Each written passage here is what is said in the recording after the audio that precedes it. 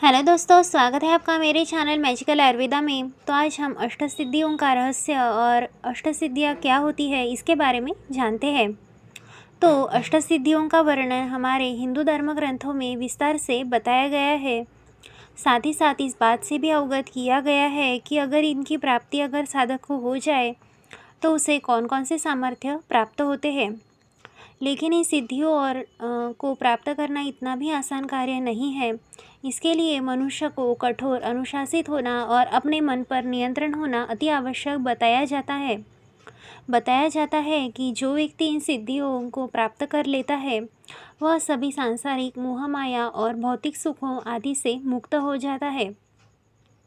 पुराणों में बताया गया है कि हनुमान जी ने माता सीता से इन अष्टसिद्धियों और नवनिधियों का आशीर्वाद प्राप्त किया था। इसीलिए हनुमान जी अपने भक्ति और कर्म कार्यों में निपुण थे। तुलसीदास जी ने हनुमान चालीसा की रचना की है, जिसमें एक चौपाई है जिसमें हनुमान जी के बारे में वे कहते हैं कि अष्टसिद्धि नवनिधि के दाता अस्वर दीन जानकी माता।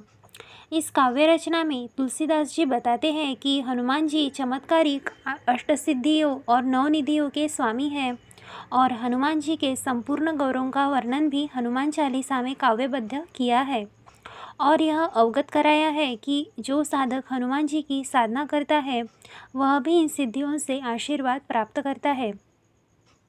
संस्कृत में अष्टसिद्धि का श्लोक भी वर्णन है, जो कि इस प्रकार है। अनिमा महिमा चैव लघिमा गरिमा तथा प्राप्ति प्राकाम्य ईशित्वम वशीत्वम च अष्टसिद्धयः। यहाँ पर सिद्धि शब्द का निष्कर्ष सामान्यतः ऐसी पारलौकिक और आध्यात्मिक शक्तियों से है जो कठोर तप और साधना के द्वारा ही प्राप्त होती है। हिंदू वैदिक धर्म शास्त्रों और पुराणों में अनेक प्रकार की सिद्धियाँ वर्णित हैं, जिनमें से 8 सिद्धियाँ प्रमुख रूप से अधिक विख्यात है, जिन्हें ही अष्टसिद्धि कहा जाता है, जिनका वर्णन हमने अभी जो श्लोक बताया है इसमें किया गया है। तो चलिए जानते हैं इन अष्टसिद्धियों की रहस्य के बारे में और अष्टसिद्धियाँ क्या होती हैं इसके बारे में। तो इसमें सबसे पहली सिद्धि है अनिमा सिद्धि। तो यह सिद्धि प्राप्त करने के उपरांत साधक स्वयं को शारीरिक रूप से अति सूक्ष्म बनाने की क्षमता प्राप्त कर लेता है। साधक परिस्थिति के अनुसार छोटा शरीर धारण कर सकता है और जब चाहे तब एक अणु के समान सूक्ष्म देह धारण करने में भी वह सक्षम बन जाता है। दूसरी सिद्धि है महिमा सिद्धि। तो महिमा सिद्धि को प्राप्त करने के पश्चात मनुष्य विशाल रूप धारण करने के योग्य बन जाता है। इस सिद्धि से साधक अपने शरीर को असीमित विशाल बनाने की क्षमता रखता है और अपने शरीर का किसी भी सीमा तक विस्तार भी कर सकता है।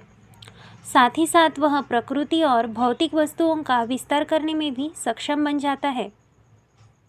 तीसरी सिद्धि है गरिमा सिद्धि।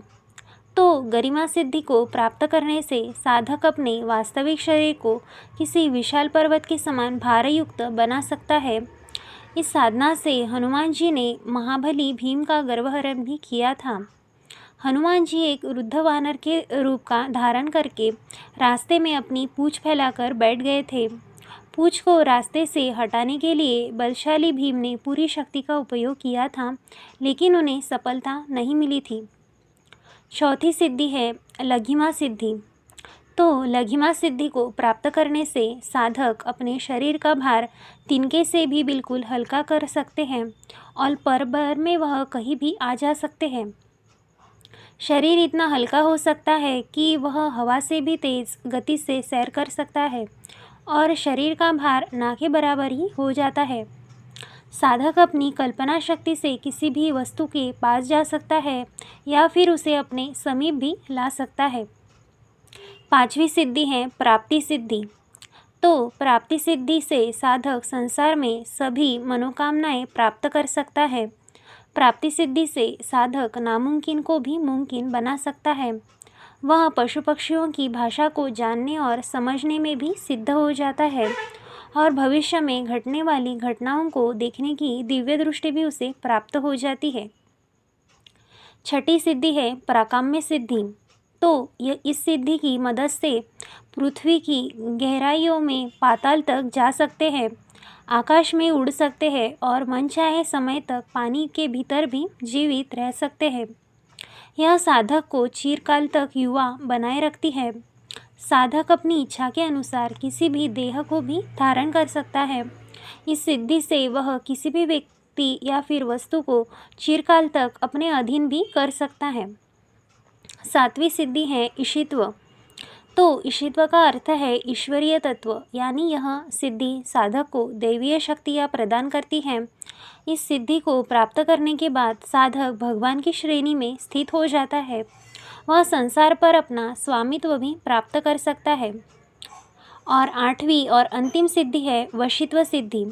तो इस सिद्धि को प्राप्त करने से साधक किसी भी वस्तु या फिर व्यक्ति को अपने वश में कर सकता है। इसका उपयोग करने से आप सम्मोहन शक्ति से किसी को भी अपने वश में करने में समर्थ हो जाते हैं और उससे आप अपना काम भी करवा सकते हैं। इसके माध्यम से दूसरों को अपने इशारे पर नियंत्रित किया जा सकता है, चाहे फिर वह जानवर हो या फिर पक्षी या फिर वह इंसान ही क्यों ना हो। यह आपको मन पर नियंत्रण पाने में और जितेंद्रिय भी इससे बन सकते हैं। तो अगर जानकारी अच्छी लगी हो तो हमारे चैनल को ज़रूर सब्सक्राइब करें। मिलते हैं नेक्स्ट वीडियो में, तब तक के लिए धन्यवाद।